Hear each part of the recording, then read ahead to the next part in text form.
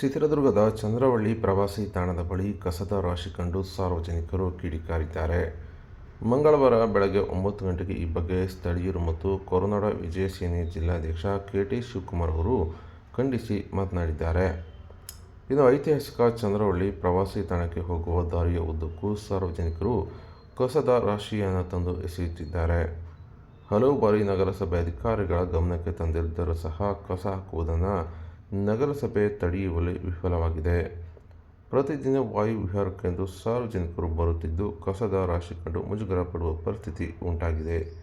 ಹಂದಿಗಳು ಕೂಡ ಹೆಚ್ಚಾಗಿದ್ದು ನಾವೇ ಖುದ್ದು ಸ್ವಚ್ಛಗೊಳಿಸಿದ್ದರೂ ಸಹ ನಗರಸಭೆ ಸುಮ್ಮನಿದ್ದು ಪ್ರವಾಸಿ ತಾಣವನ್ನು ಸ್ವಚ್ಛಗೊಳಿಸುವ ಹೊಣೆ ನಗರಸಭೆ ಮತ್ತು ಜಿಲ್ಲಾಡಳಿತದ್ದಾಗಿದೆ.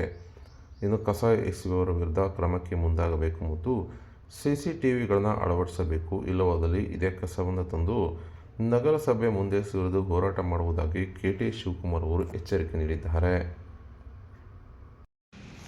ನಮಸ್ಕಾರ ಸ್ನೇಹಿತರೆ, ಇದು ಐತಿಹಾಸಿಕ ಚಂದ್ರವಳ್ಳಿಗೆ ಹೋಗುವ ಜಾಗ. ಸಾಕಷ್ಟು ಜನ ಇಲ್ಲಿ ವಾಕಿಂಗ್ ಬರ್ತಾರೆ. ಇಲ್ಲಿ ಸಾಕಷ್ಟು ಬಾರಿ ನಗರಸಭೆ ಕಮಿಷನರ್ಗೂ ಮತ್ತು ಜಿಲ್ಲಾಡಳಿತಕ್ಕೂ ಮನವಿ ಕೊಟ್ಟಿದ್ದೀನಿ. ಆದರೂ ಕೂಡ ಏನೂ ಪ್ರಯೋಜನ ಆಗ್ತಾಯಿಲ್ಲ.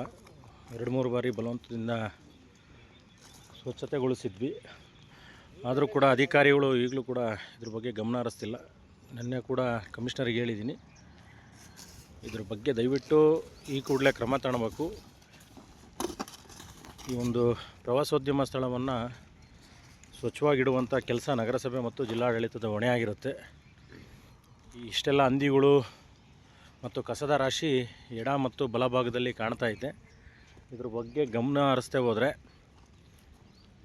ಈ ಎಲ್ಲ ಕಸವನ್ನು ನಗರಸಭೆ ಮುಂದೆ ಸುರಿಯುವಂಥ ಕೆಲಸ ಮಾಡಬೇಕಾಗುತ್ತೆ. ಇಲ್ಲೇನು ಬಿಲ್ಡಿಂಗ್ಗಳನ್ನು ಹೊಡೆದು ಡಮ್ಲೇಶ್ ಮಾಡಿ ಇಲ್ಲಿ ಹಾಕಿರ್ತಕ್ಕಂಥ